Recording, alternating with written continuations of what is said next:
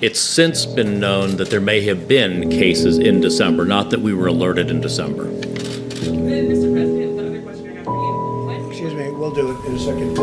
Mike, yes. May I just say one more thing? There's been some.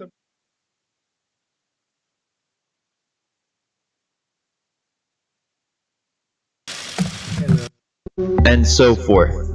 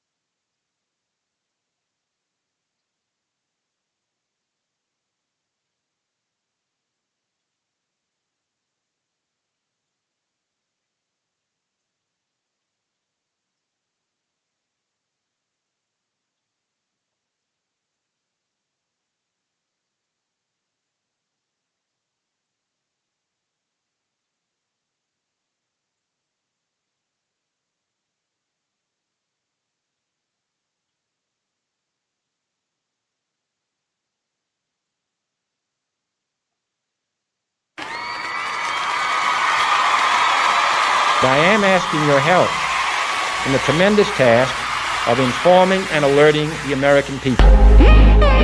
For we are opposed around the world by a monolithic and ruthless conspiracy that relies primarily on covert means, on infiltration instead of invasion. You have all the money in the world, you have all the power you need. What's the point? What's the end goal? He said the end goal is to get everybody chipped. Control the whole society. Party in the garden, the towers falling, love in the summertime. Ooh, ooh, yeah, yeah. And I'm unified, unified, feeling oh so unified. In the light now, in the light now.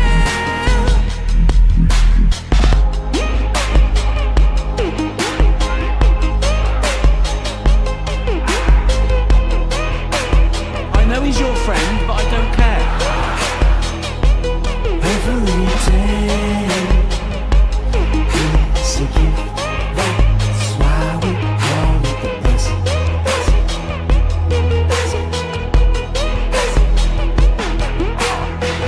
We were born on the garden of Eden, with the flowers growing and little birds chirping.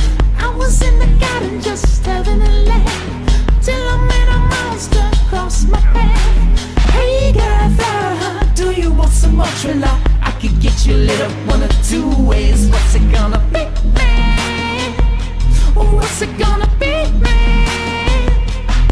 Say it, I feel like the whole world was begging me to rain fire above upon my enemies, till the love washed over me, till I let the love wash over me.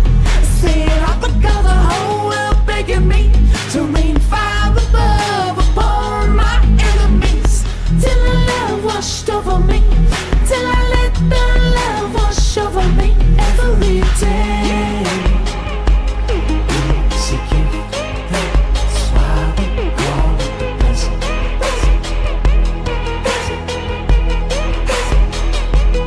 Every day.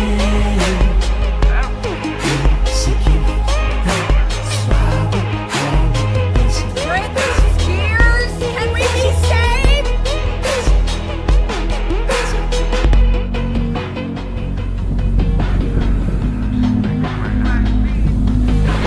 We were going in a direction that was irreversible. This was not an election. This was a revolution. This was irregular warfare at its finest. We have what we call citizen journalists. We have an army of digital soldiers. You're here because you've made a decision about something in your life. You can't sit back. You have a responsibility. We must, you have to fight for this country.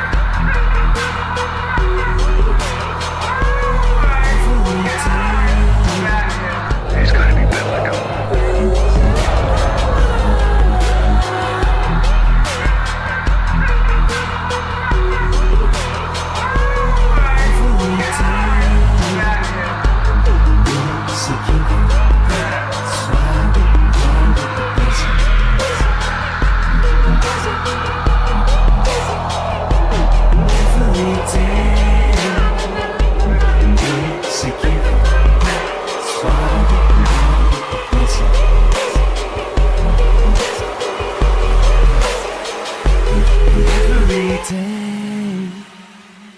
Is a gift.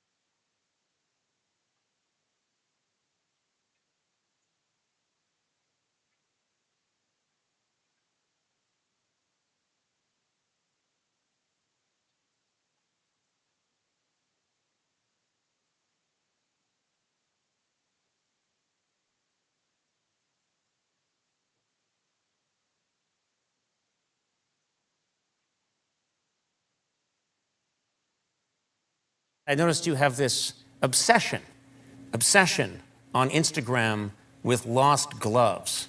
And anyone who knows you and follows you understands that there's something going on with you and lost gloves. Well, it's lost objects, but it started with lost gloves.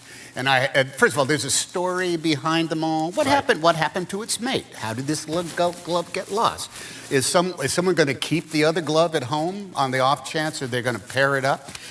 It's a little bit of, Romeo and Juliet kind of quality to it. You're saying there's a little bit of a hint of sadness to these. It's like it's telling you a tale, but you don't know what the tale is. They're all bittersweet city adventures. Let's take a look at some of these. I want to put this up. This is one you took, and yeah.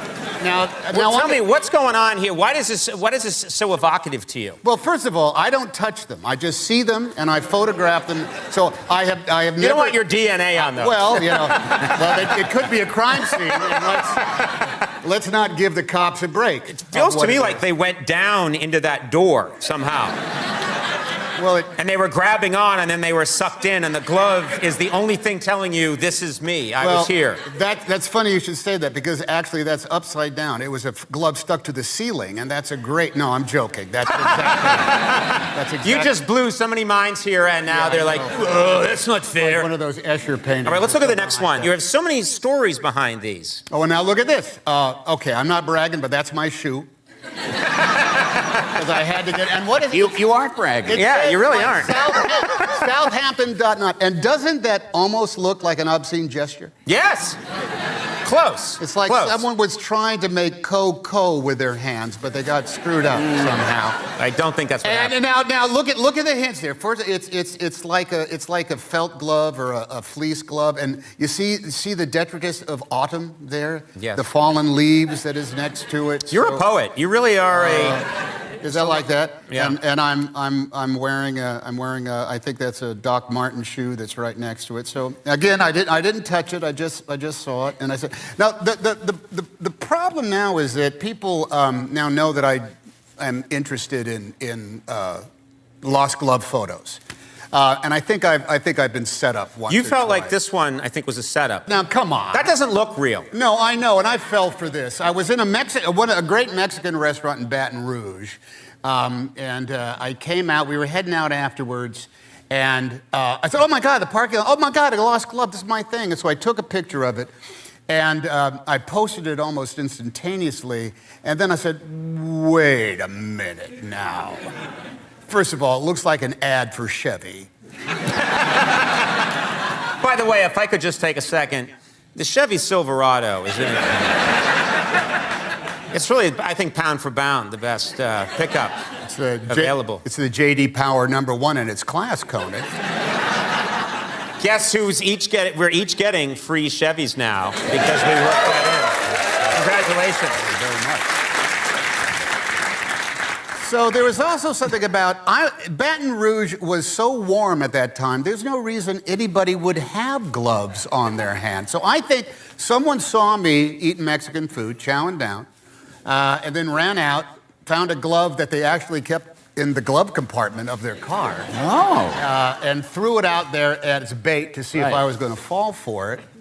And I did, and I posted it. And before I got in my car and went back, I went back into the restaurant and said at the top of my lungs, "Let me get this straight!"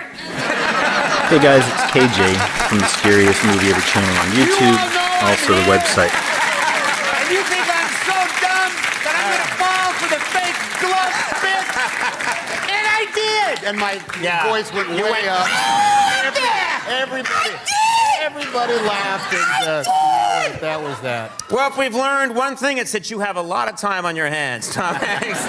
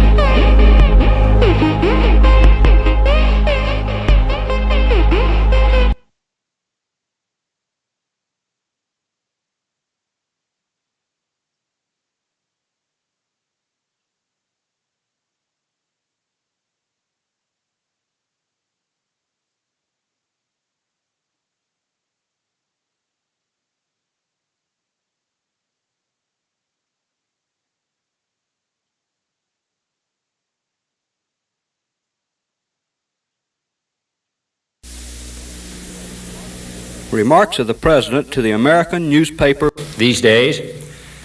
And an article I read some time ago reminded me of how particularly heavily the burdens of present-day events bear upon your profession. Remarks of the President. You may remember that in 1851, the New York Herald Tribune, under the sponsorship and publishing of Horace Greeley, employed as its London correspondent an obscure journalist by the name of Karl Marx. We are told that foreign correspondent Marx, stone broke, and with a family ill and undernourished, constantly appealed to Greeley and managing editor Charles Dana for an increase in his munificent salary of $5 per installment, a salary which he and Engels ungratefully labeled as the lousiest petty bourgeois cheating. But when all his financial appeals were refused, Marx looked around for other means of livelihood and fame, eventually terminating his relationship with the Tribune and devoting his talents full-time to the cause that would bequeath to the world the seeds of Leninism, Stalinism, revolution, and the Cold War. If only this capitalistic New York newspaper had...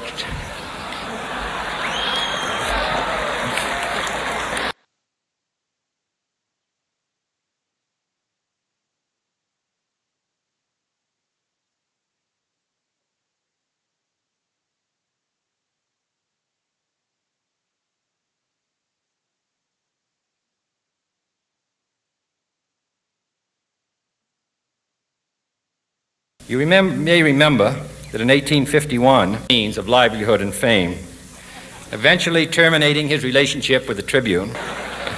If only Marx had... I have selected as the title of my remarks tonight, "The President and the Press." Some may suggest that this would be more naturally worded, "The President versus the Press," but those are not my sentiments tonight. It is true, however, that when a well-known diplomat from another country demanded recently that our State Department repudiate certain newspaper attacks on his colleagues, it was unnecessary for us to reply that this administration was not responsible for the press, for the press had already made it clear that it was not responsible for this administration.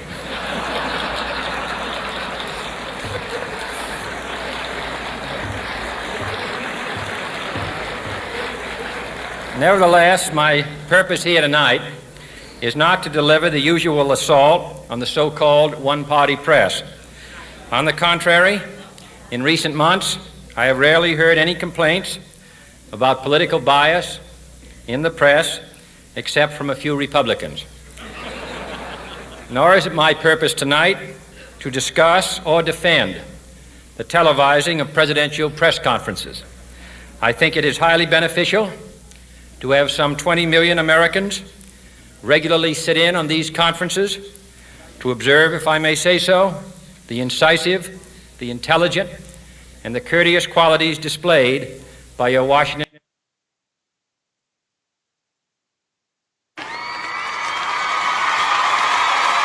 I am asking your help in correspondence. Nor, finally, are these remarks intended to examine the proper degree of privacy which the press should allow to any president and his family. If, in the last few months, your White House reporters and photographers have been attending church services with regularity, that has surely done them no harm.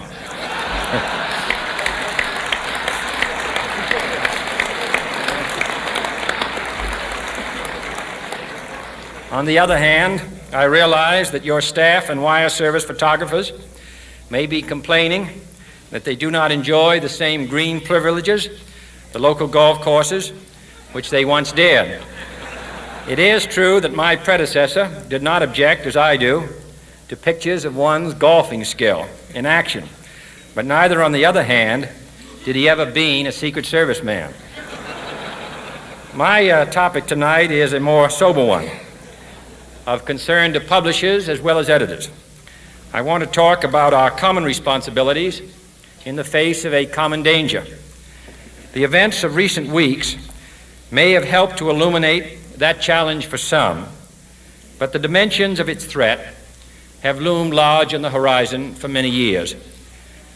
Whatever our hopes may be for the future, for reducing this threat or living with it, there is no escaping either the gravity or the totality of its challenge to our survival and to our security, a challenge that confronts us in unaccustomed ways in every sphere of human activity.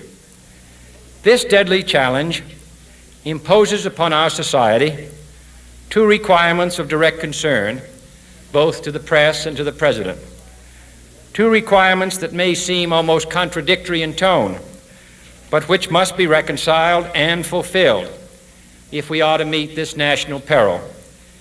I refer first to the need for far greater public information, and second, to the need for far greater official secrecy. The very word secrecy is repugnant in a free and open society, and we are, as a people, inherently and historically opposed to secret societies, to seek official secrecy. The very word secrecy is repugnant in a free and open society. I refer first to the need for far greater public information, and second, to the need for far greater official secrecy. The very word secrecy is repugnant in a free and open society.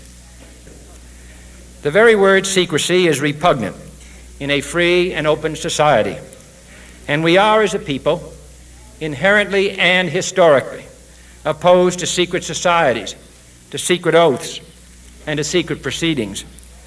We decided long ago that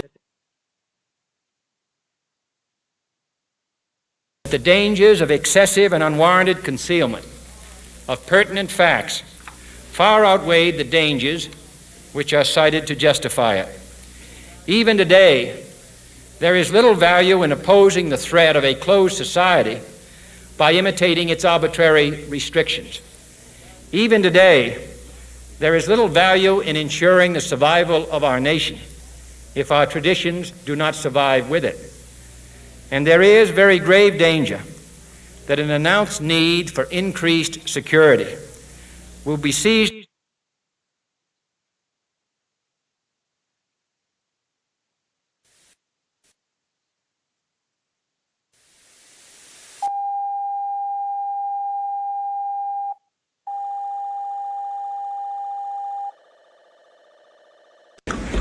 Ladies and gentlemen, I appreciate very much your generous invitation to be here tonight.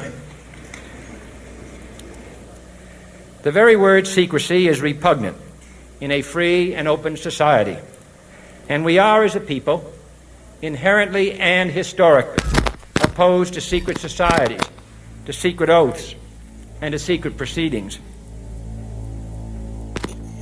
Even today, there is little value in opposing the threat of a closed society by imitating its arbitrary restrictions.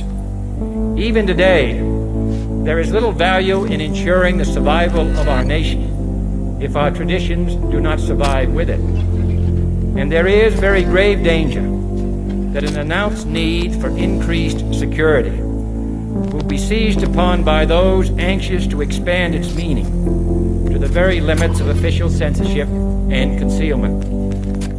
We are opposed around the world by a monolithic and ruthless conspiracy that relies primarily on covert means for expanding its sphere of influence, on intimidation instead of free choice,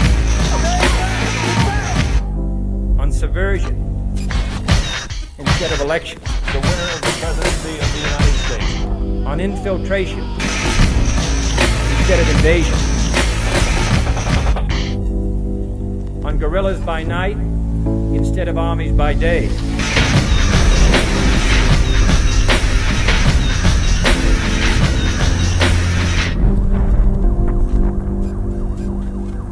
Its preparations are concealed, not published. Its mistakes are buried, not headlined. Its dissenters are silenced, not praised. No expenditure is questioned, no rumor is printed, no secret is revealed. I have no easy answer to the dilemma that I have posed, and would not seek to impose it if I had one. No governmental plan should impose its restraints against your will. The hopes and threats of one becoming the hopes and threats of us all, in that one world's effort to live together. It is the unprecedented nature of this challenge that also gives rise to your second obligation, an obligation which I share. And that is our obligation to inform and alert the American people, to make certain that they possess all the facts that they need and understand them as well, the perils, the prospects, the purposes of our program, and the choices that we face. And I am asking your help in the tremendous task of informing and alerting the American people. For I have complete confidence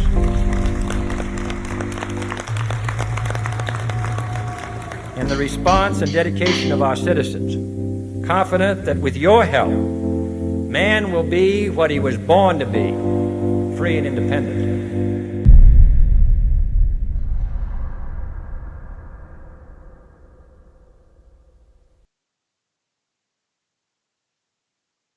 Seized upon by those anxious to expand its meaning to the limits of official censorship and concealment. That I do not intend to permit to the extent that it's in my control. And no official of my administration, whether his rank is high or low, civilian or military, should interpret my words here tonight as an excuse to censor the news, to stifle dissent, to cover up our mistakes, or to withhold from the press and the public the facts they deserve to know. But I do ask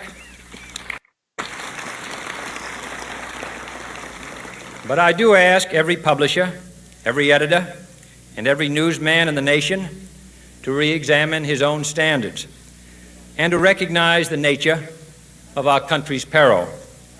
In time of war, the government and the press have customarily joined in an effort based largely on self-discipline to prevent unauthorized disclosures to the enemy.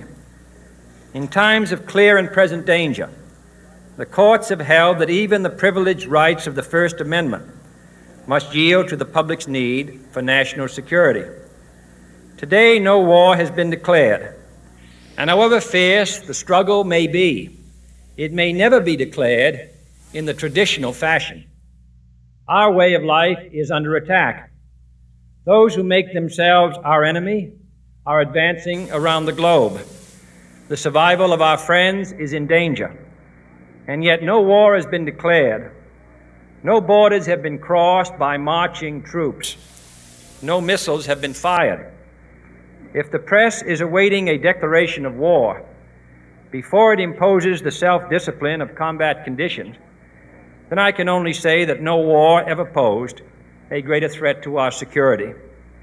If you are awaiting a finding of clear and present danger, then I can only say that the danger has never been more clear, and its presence has never been more imminent.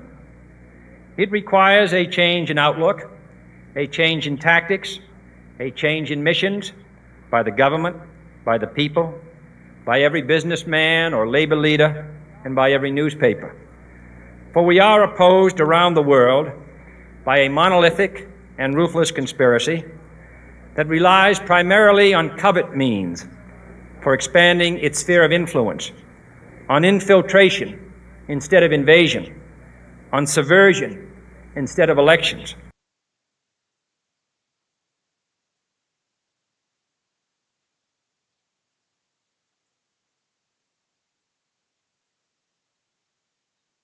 The very word secrecy is repugnant in a free and open society, and we are, as a people, inherently and historically opposed to secret societies, to secret oaths, and to secret proceedings. We decided long ago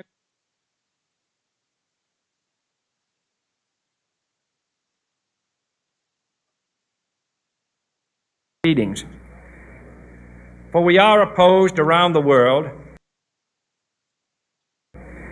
For we are opposed and to secret proceedings. For we are opposed around the world by a monolithic and ruthless conspiracy that relies primarily on covert means for expanding its sphere of influence, on infiltration instead of invasion, on subversion instead of elections, on intimidation instead of free choice, on guerrillas by night instead of armies by day. It is a system which has conscripted vast human and material resources into the building of a tightly knit, highly efficient machine that combines military, diplomatic, intelligence, economic, scientific, and political operations. Its preparations are concealed, not published. Its mistakes are buried, not headlined. Its dissenters are silenced, not praised. No expenditure is questioned, no rumor is printed, no secret is revealed. It conducts the Cold War, in short, with a wartime discipline no democracy would ever hope or wish to match. Nevertheless, every democracy recognizes the necessary restraints of national security. And the question remains whether those restraints need to be more strictly observed if we are to oppose this kind of attack as well as outright invasion. For the facts of the matter are that this nation's foes have openly boasted of acquiring through our newspapers information they would otherwise hire agents to acquire through theft, bribery, or espionage. That details of this nation's covert preparations to counter the enemy's covert operations have been available to every newspaper reader, friend and foe alike. That the size, the strength, the location, and the nature of our forces and weapons, and our plans and strategy for their use, have all been pinpointed in the press and other news media to a degree sufficient to satisfy any foreign power, and that in at least one case, the publication of details concerning a secret mechanism whereby satellites were followed required its alteration at the expense of considerable time and money. The newspapers which printed these stories were loyal, patriotic, responsible, and well-meaning. Had we been engaged in open warfare, they undoubtedly would not have published such items. But in the absence of open warfare, they recognized only the tests of journalism and not the tests of national security. And my question tonight is whether additional tests should not now be adopted. That question is for you alone to answer. No public official should answer it for you. No governmental plan should impose its restraints against your will. But I would be failing in my duty to the nation in considering all of the responsibilities that we now bear and all of the means at hand to meet those responsibilities if I did not commend this problem to your attention and urge its thoughtful consideration. On many earlier occasions I have said, and your newspapers have constantly said, that these are times that appeal to every citizen's sense of sacrifice and self-discipline. They call out to every citizen to weigh his rights and comforts against his obligations to the common good.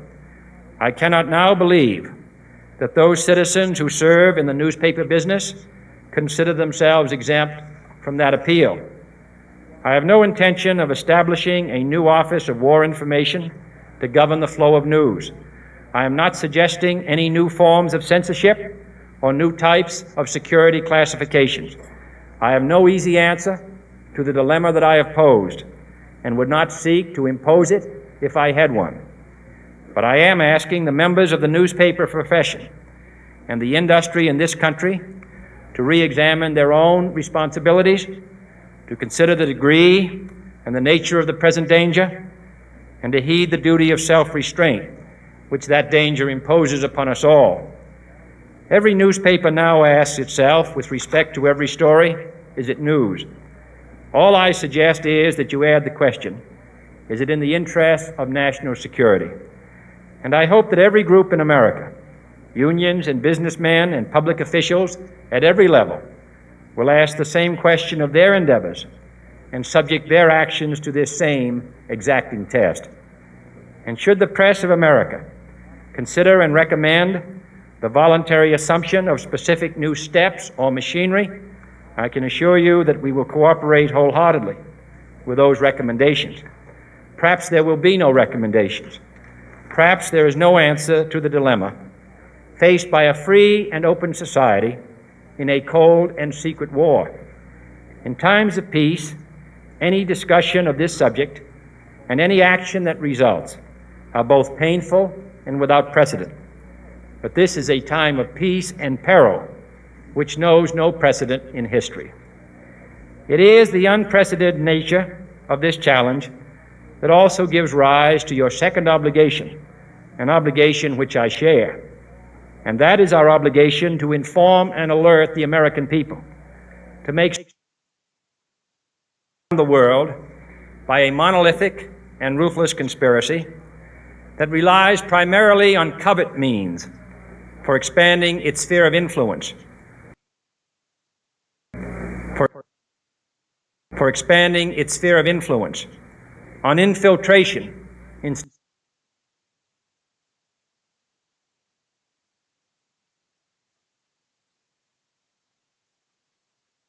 means. It is the unprecedented nature and to secret proceedings. For we are opposed around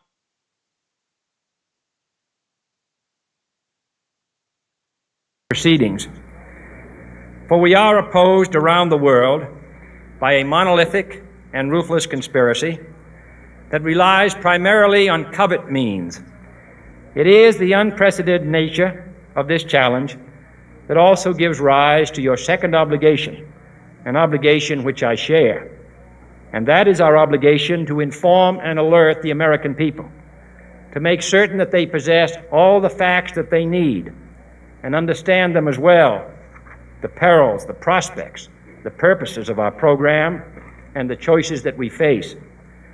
No president should fear public scrutiny of his program, for from that scrutiny comes understanding, and from that understanding comes support or opposition, and both are necessary.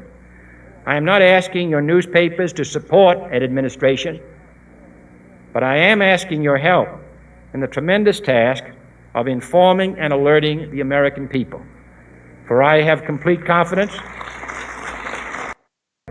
and that is our obligation, to inform and alert the American people, to make certain that they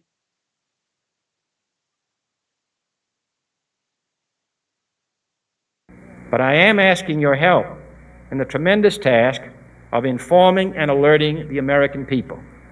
For I have complete confidence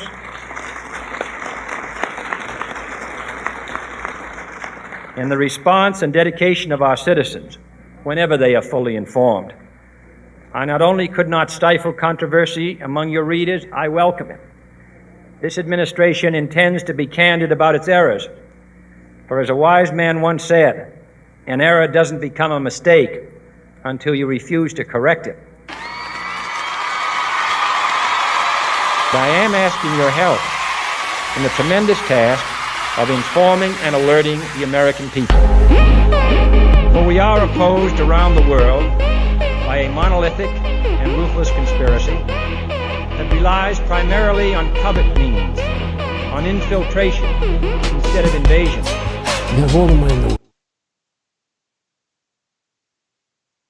I not only could not stifle controversy among your readers, I welcome it. This administration intends to be candid about its errors. For as a wise man once said, an error doesn't become a mistake until you refuse to correct it. We intend to accept full responsibility for our errors, and we expect you to point them out when we miss them. Without debate, without criticism, no administration and no country can succeed, and no republic can survive.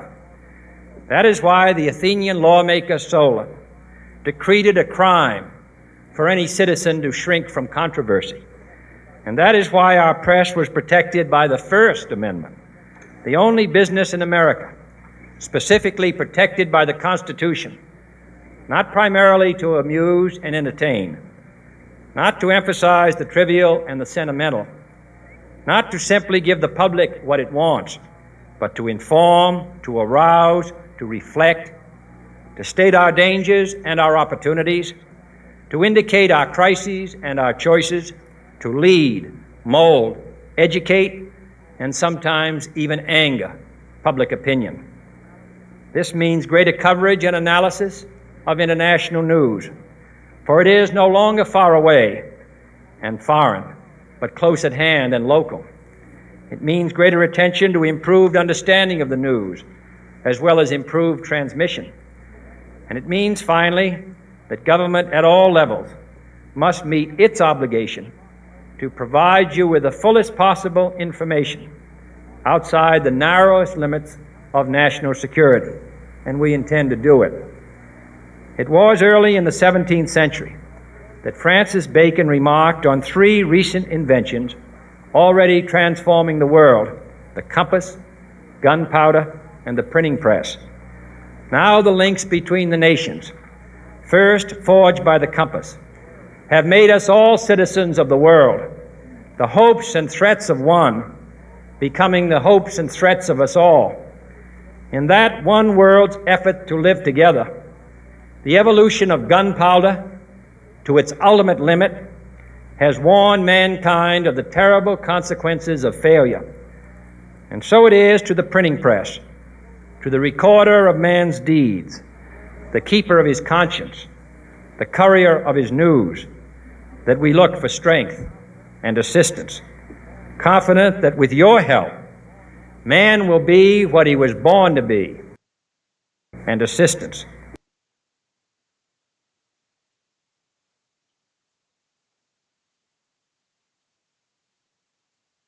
And alerting the American people.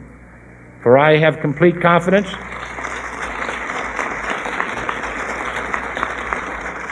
in the response and dedication of our citizens whenever they are fully informed.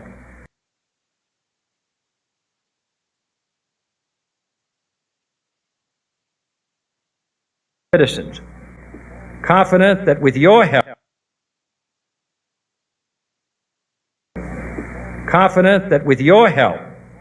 man will be what he was born to be, free and independent.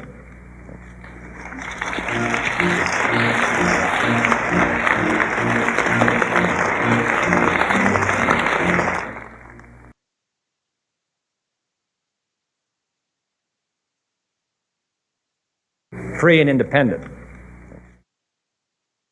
Obligation which I share.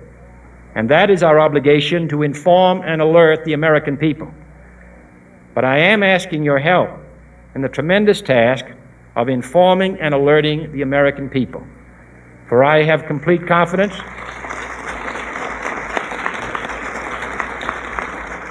in the response and dedication of our citizens, confident that with your help, man will be what he was born to be, free and independent. Of this challenge that also gives rise to your second obligation, an obligation which I share, and that is our obligation to inform and alert the American people. But I am asking your help in the tremendous task of informing and alerting the American people.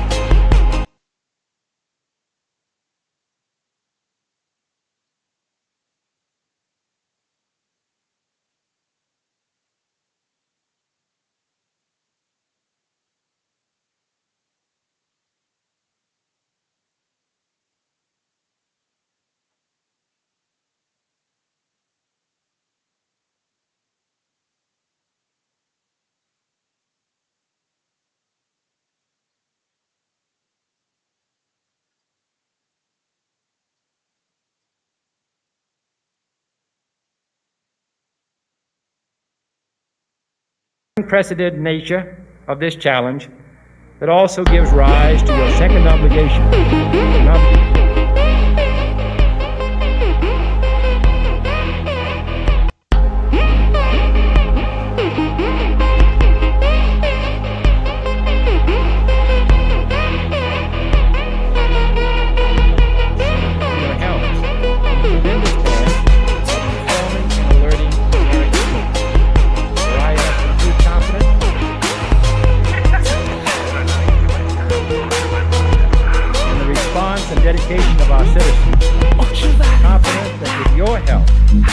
Man will be what he was born to be. The towers falling, love in the summertime. Ooh, yeah, yeah. Around the world by a monolithic and ruthless. The very word secrecy is repugnant in a free and open society. And we are, as a people, the very word secrecy is repugnant in a free and open society. And we are, as a people,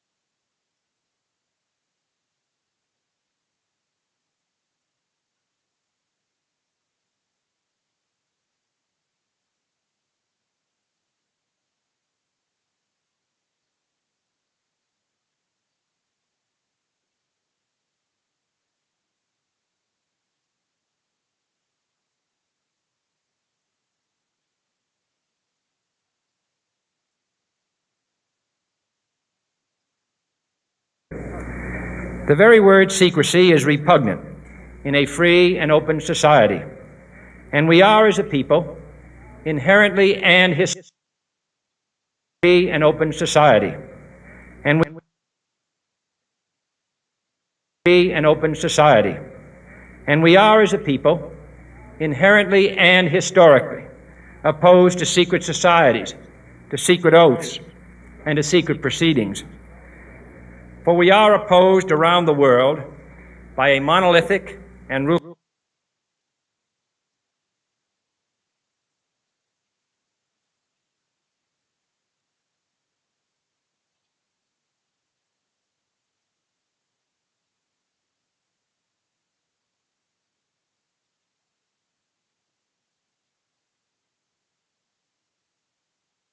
proceedings. For we are the very word secrecy is repugnant. The very word secrecy is repugnant in a free and open society.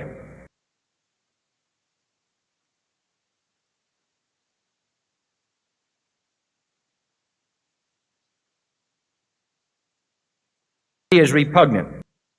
The very word secrecy is repugnant in a free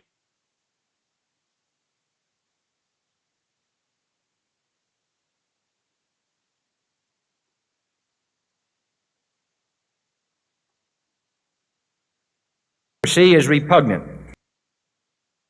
Secrecy is repugnant in a free and open society. And we are, as a people, inherently and historically opposed to secret societies, to secret oaths, and to secret proceedings. For we are opposed around the world by a monolithic and ruthless conspiracy that relies primarily on covert means. It is the unprecedented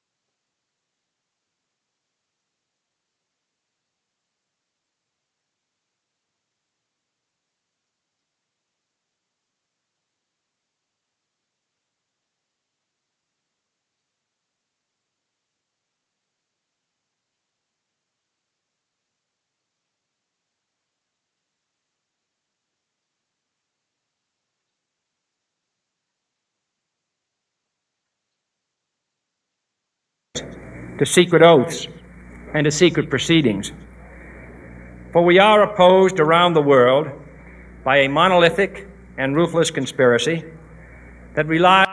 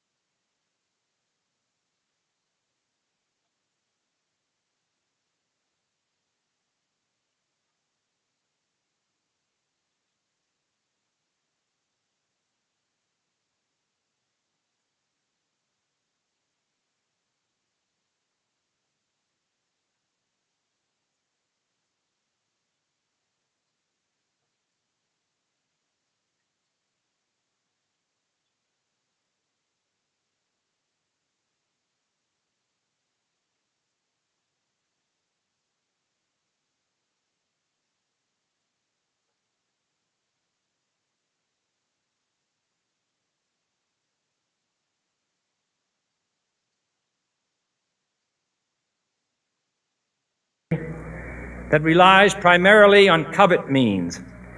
It is the unprecedented nature of this challenge that also gives rise to your second obligation.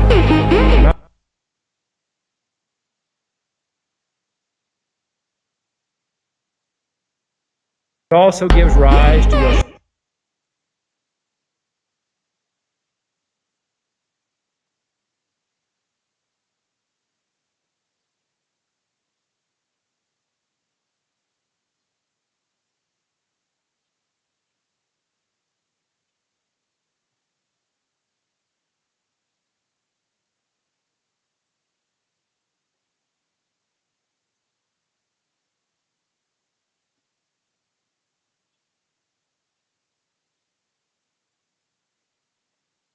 challenge that also gives rise to your second obligation, an obligation which I share, and that is our obligation to inform and alert the American people.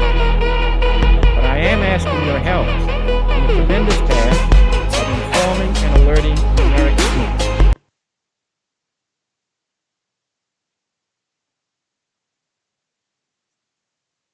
Challenge that also gives rise to your second obligation, an obligation which I share.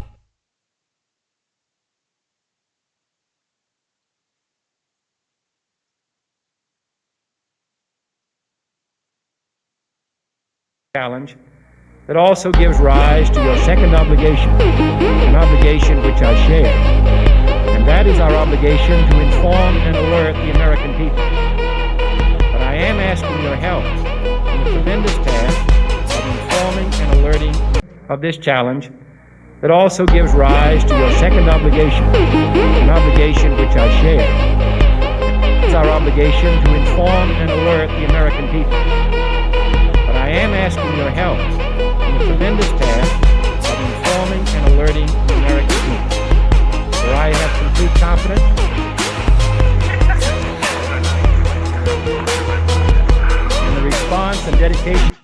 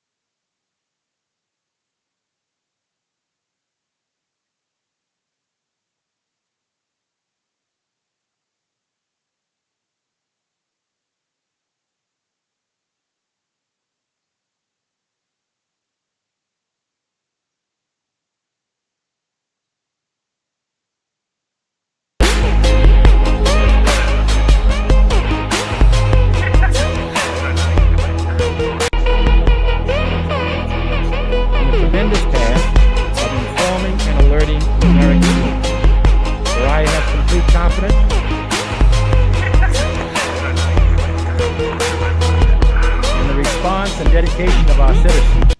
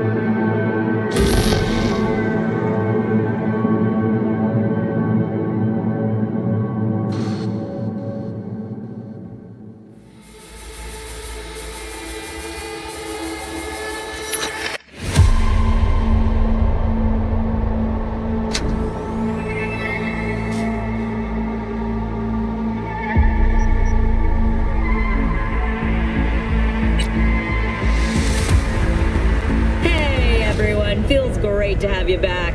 So then, did you all hear about that Arasaka aircraft carrier docked in Night City called Kujira, or the Whale?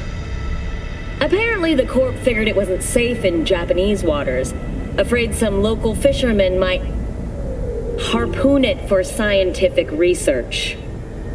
But honestly, it's quite the power move. Wonder what Militech will respond with. Maybe Myers will fly a Rust Bucket B-17 Flying Fortress over Arasaka.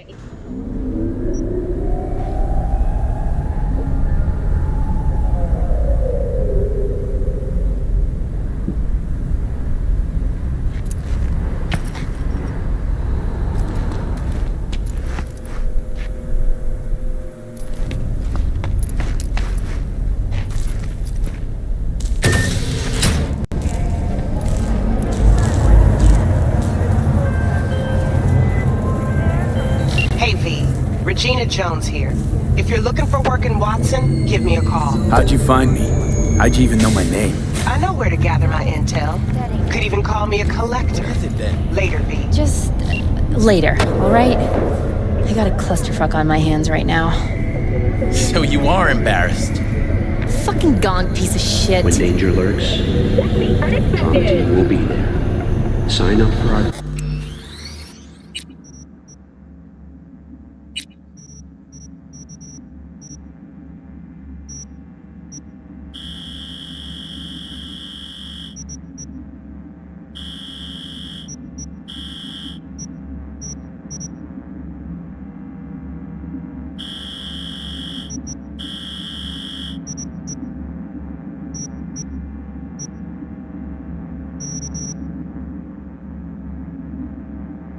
plan today, because your life is worth NCPD! 999. We got a call! Trauma We're Team. here to help! Don't forget, you're worth it.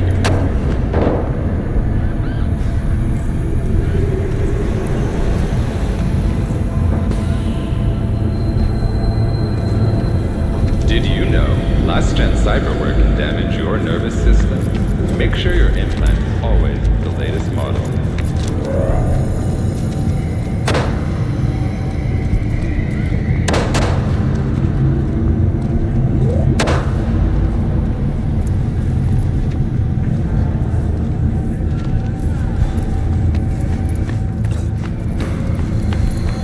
Enjoying the weather? Average temperatures this month in Night City have remained within human safety levels.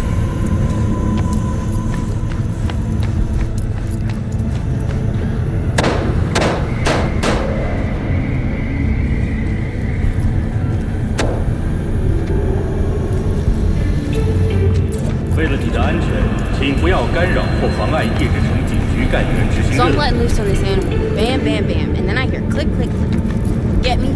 Whole mag of 9s in this porker. He's still coming at me with arms thick as thigh. I'm telling you, if Jane hadn't dropped it, Meathead would have turned me to mulch. June, 9mm not the caliber these days. When danger lurks, Trauma Team will be Where there's a will, though. Sign up for our platinum plan today, because your life is worth it. Piece of shit! Come on! Oh, no. Know what the worst thing is about this place? Wait, you mean 14 a day?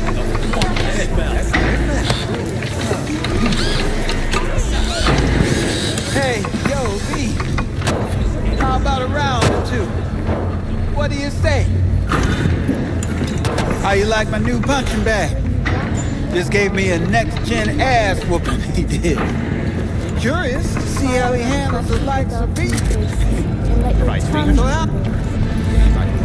thought about it. They all wear these geometric patterns. Subtle,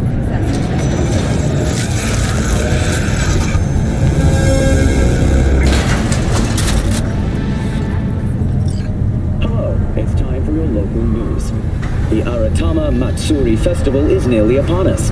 To mark the event, the streets of Night City will come alive with exquisite multi-story dashi floats. The festival program will also include musical performances by biwa virtuosos and theatrical performances in the No tradition. The sponsor for the festival is the Arasaka Corporation. And, in an exciting development, even Hanako Arasaka has announced her participation in the Dashi Parade. From all of us at WNS News, we wish you a safe and fun Matsuri.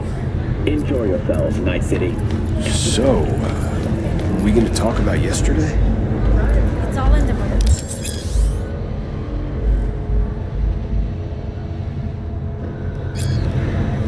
Oh, I read it.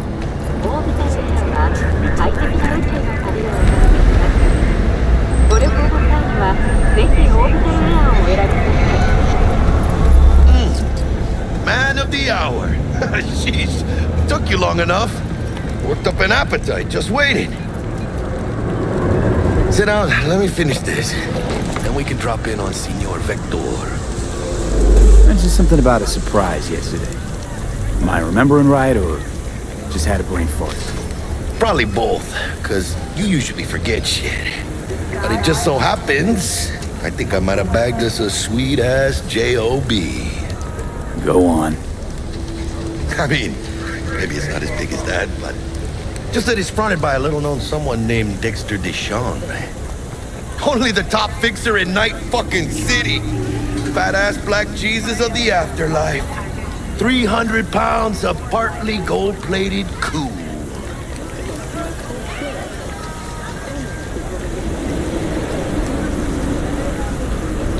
How'd you manage to pull this? Trade in your spleen or something? As far as I know, we're not the type to get fingered by Dex. You, me? Oh, but T-Bug, she's the one that hooked us up. Got us talking. Knew it was a done deal the moment he laid eyes on me. Cause come on, ain't nobody who can resist this. Am I right? Sure, Jack. Whatever you say.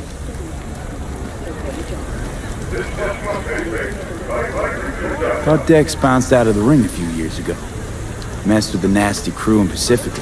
Things got ugly. Mm-hmm. Gang wars 2 years back. Somehow Dex got caught up in the craziness. A lot of bodies lying in the streets by the time the shooting stopped. Yeah, Dex got lucky though. Managed to slip under the radar till tempers cooled. Took a while, but he's made one hell of a comeback.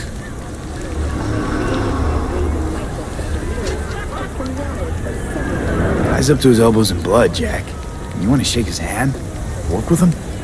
It's the biz, V. Everyone's got blood on their hands. You deal with it. You move on. So what's the gig? We meant to come out in one piece? Our Lord and Savior wants to tell you everything himself, face to face. Oh, no pressure, but this whole deal is riding on you now, I say.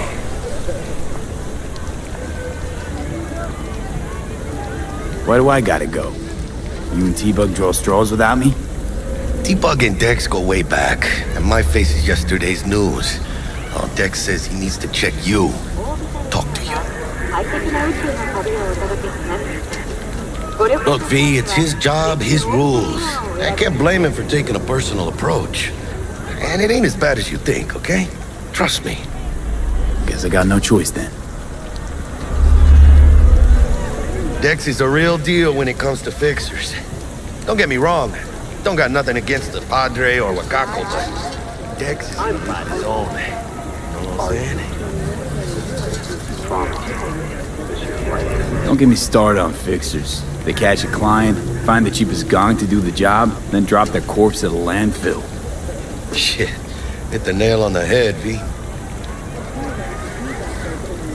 Gracias a Dios. Estoy lleno. Brought your wheels. Gave them to my guy yesterday to smooth over the dents after our dust up with scabs. Thanks, Jack. Much appreciated.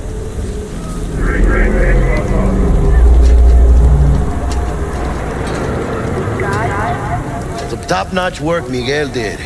Rides like it looks. Factory new. We'll see about that. So we rolling or what? Let's feel this factory new ride.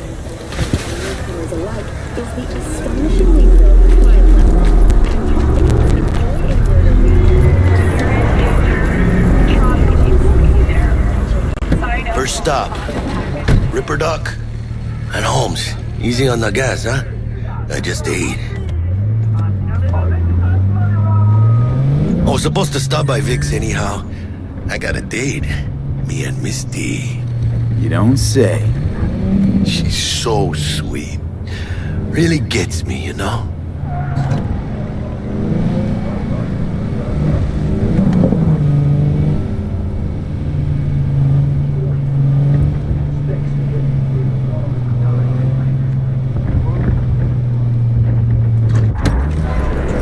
Yeah, this is it. Come on, V. Find me once Vic's done dusting your circuits. We'll hash out what Dex has cooked up for us.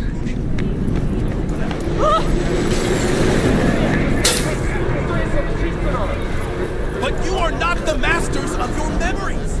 For your eyes do not belong to you, or rather, not only to you. Checking them out? Do you truly believe that those who have sold you your mechanical eyes have resisted the temptation? Hey, V. Dr. Vector will see you now. I'll sit tight over here. Me and Misty got a little catching up to do. You look pleased. 'Cause I am. Always. Makes for easier living. But we got a new job lined up from a big hitter at the afterlife. Oh. Is it gonna be dangerous? Don't you worry, mi amor. We're bulletproof. Cameras are all around us, even within us. Your joy, your worries, your life. For them it is all mere spectacle.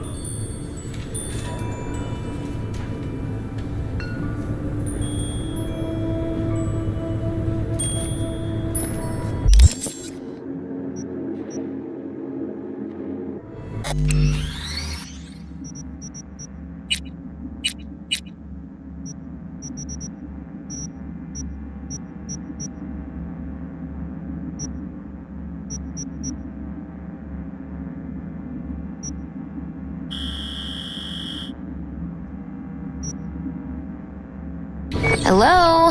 Anybody?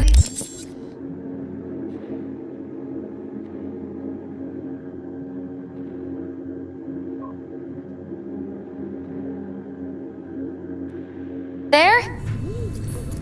That those who have sold you your mechanical eyes within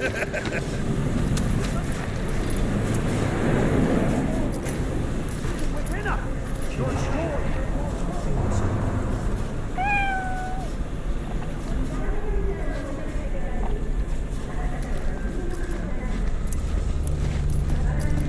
Malone drops his guard. You can see the fatigue on him. It's really starting to weigh him down. Starting to take over.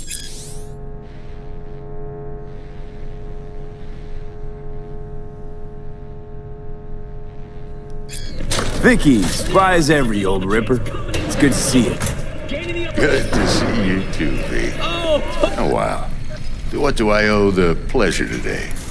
Last gig. Had to jack into a client's neuro socket. Think I might have gotten spiked. Experiencing migraines, nausea, hypersensitivity to bright lights? Whole kit and caboodle. All right, kid. We'll sort you out in a flash. Besides that, how are things? Met a new fixer. He gave me a job. Name's Dexter Deshawn. Known quantity from the afterlife. No denying you're moving up. But something you're not telling me, Vic?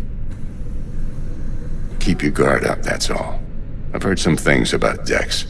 He's not as chill as he makes himself out to be. Need some new kit, but tools, not toys, Vic. Time I bumped up my sights and got a grip. Really? Now? Finally? Vic, shit's getting real. Got a job from Dex Deshawn, hitting the major leagues. Need tech that can perform. The Dexter Deshawn? Well, that is something. But let me guess. Hasn't paid you yet. Quit crying, Vic. I'll bring you the eddies later, with interest. You know I will. Last time. You hear?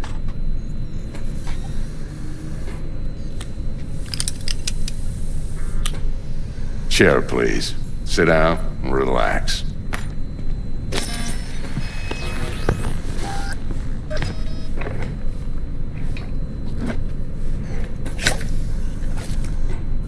Kiroshi Optics. Best I've got, and should be about right under the circumstances.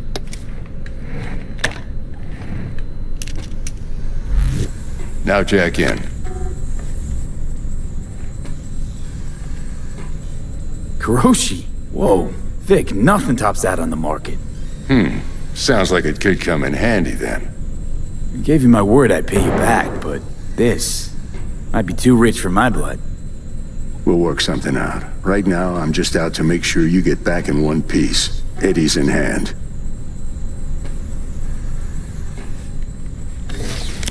You peruse and choose while I scan. See what's going on inside.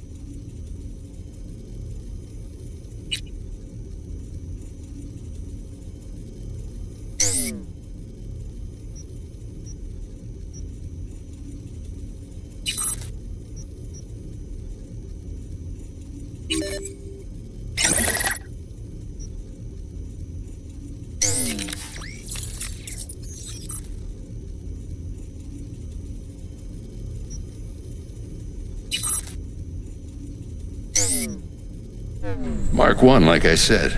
Decent enough scanner. Displays data on your cornea. Cherry on the top's a built-in external lens disruptor. In layman's terms, any surveillance cam will capture your face as a blur. And just remember, your body will still show up as crystal clear.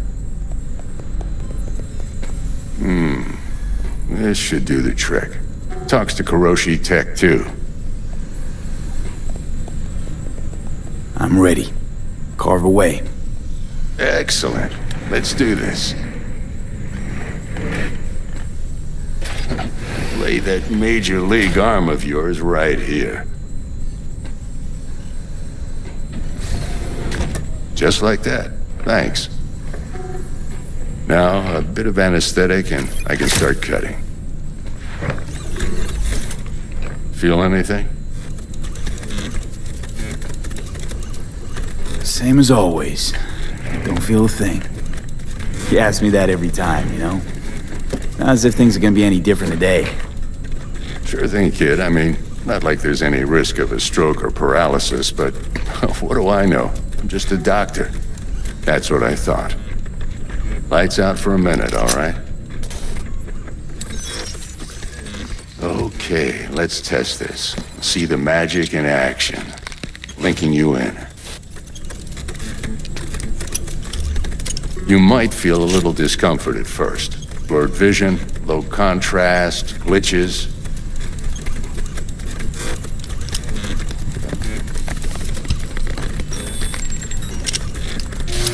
Well, how's it look? Feel all right to you? Oh, this is fantastic, Vic. Oh, beautiful.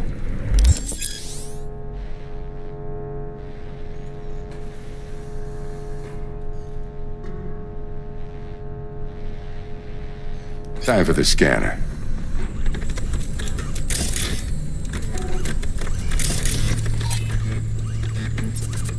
It might take you a few seconds to adjust, but first time's rarely the charm, with anything, really.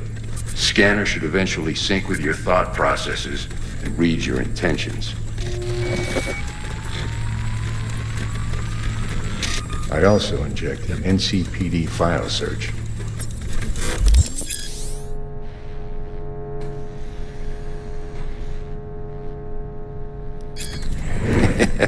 It ought to work like a charm. Now draw your weapon. You should see your ammo count in a brand new sight.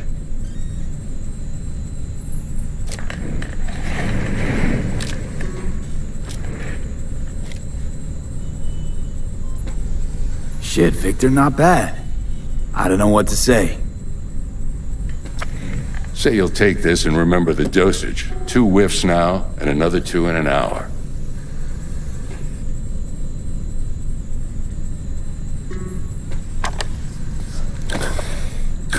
Thanks again, Vic. You're the best. I owe you. Go on, kid. Show 'em what you're made of. And once you hit the big leagues, don't forget where you came from.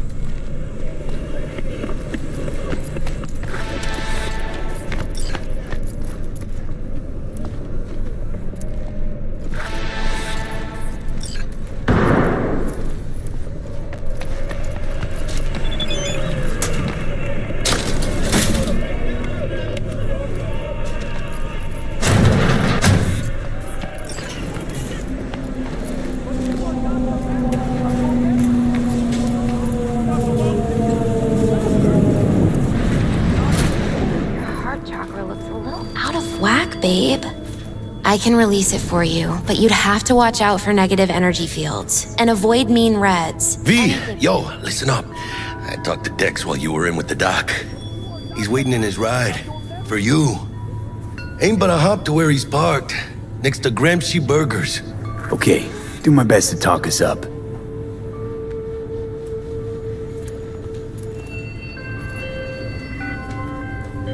V, listen. I've got this delicate matter. That's why I called you. The number of cyber psycho attacks in the city is on the rise. Now that's probably not news to you, but this issue matters to me for a few reasons. There are people who say cyber psychosis can be treated. Right. And I know exactly how that sounds, but I believe even an unproven therapy is still better than a bullet to the brain. If I get a tip about a possible attack, I'll give you a call. Maybe you can investigate before Max Tack hits the scene. But remember, you're not there to execute anybody. Try to incapacitate the attacker, and I'll send someone to pick him up. I hope that's all clear.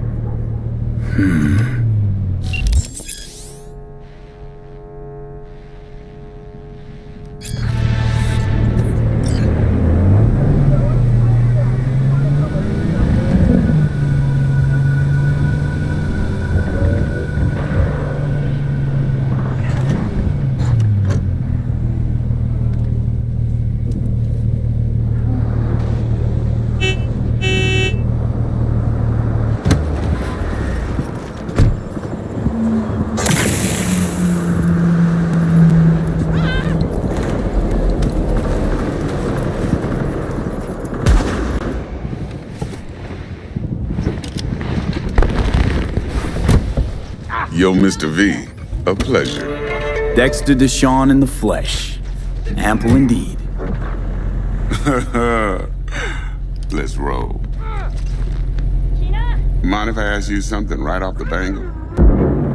Would you rather live in pieces, Mr. Nobody, die ripe, old, and smelling slightly of urine, or go down for all times in a blaze of glory, smelling near like posies, without seeing your 30th?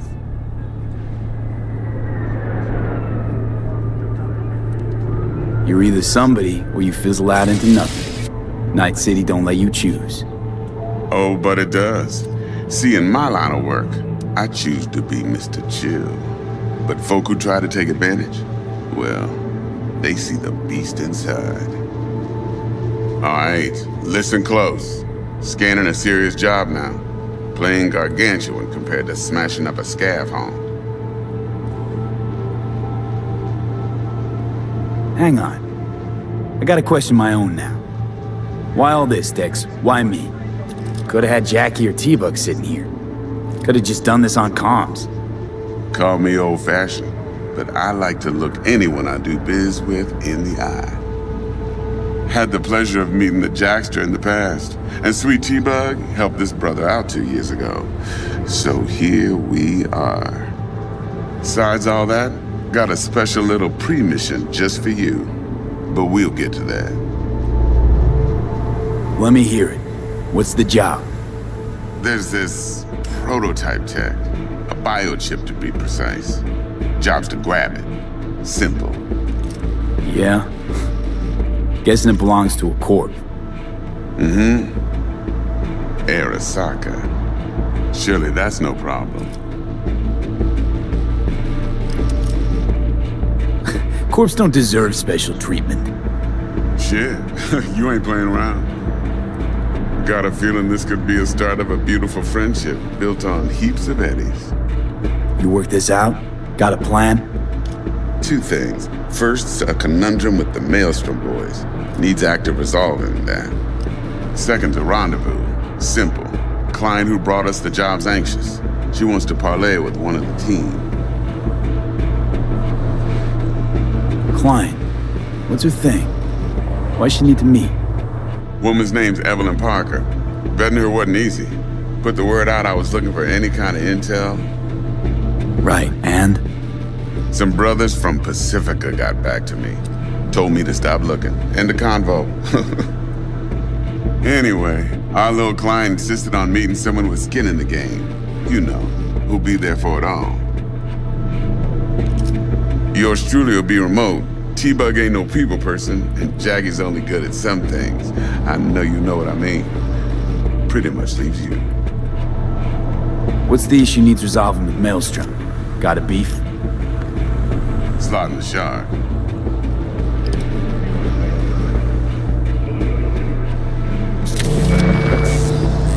Got a classic tale for you. Psycho gang doing his thing 2 weeks back. Jumped a Militech convoy. Got away with the gear. Corp don't even know Maelstrom's involved. Now see, convoy was carrying the Flathead, a little combat bot, a prototype. And I need me that bit of high-grade military tech. Cause if we don't get that bot, we don't get no soccer chip. And we sure as hell don't get no happily ever after. But don't get excited. It's a single-use toy. Now, I flat out purchased the damn thing from Maelstrom. Problem is, I did so from a gent went by the name of Brick. I say when, because Brick was the leader. 3 days after we'd sealed our deal, his friend and gangmate, one Simon Randall, aka Royce, plain dropped his ass. Royce is in charge now, and I got no way of knowing if he aims to honor his predecessor's word. To add to this shitstorm, one Meredith Stout of Militech has developed an interest in said convoy. Who's the prima donna? Corpo agent, internal affairs. Been skidding around town asking after the convoy as if her life depended on finding it. The one lead she's got zip-tied in her trunk. Stick up her ass ain't growing any shorter, so she must be getting desperate. Be wise to think how you could use that. Of course, to do so, you'll need that frazzled cat's info. Sending it now. Think I got everything. Time I got to work. Well, that's just music to my ears. I'll set up the meet with Miss Parker at Lizzie's bar. Flathead, though's gonna be all you.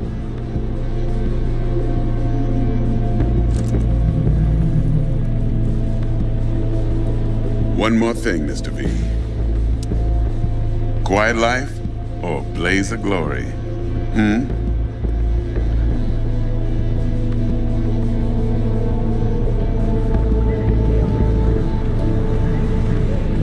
Later now.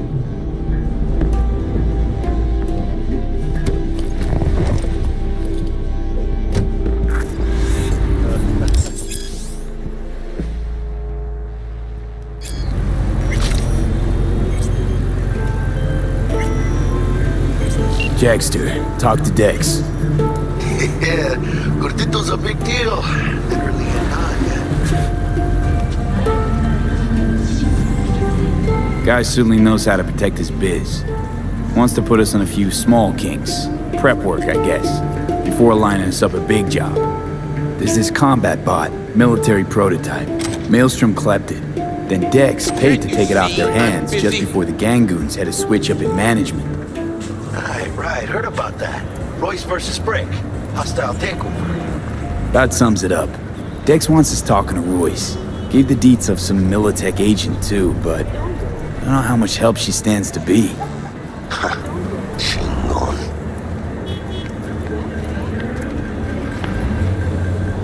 Hey, you don't sound thrilled. Royce, what do you know about him? He's fucking whack, something special. Junkies snort junk. Royce snorts chrome. And there's the other thing. Gotta meet the client who put the job on the table.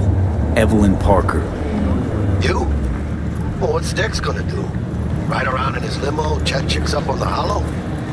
Parker wants to meet someone on the crew. Dex gave me the nod. They must know what he's doing. So, how you want to play this?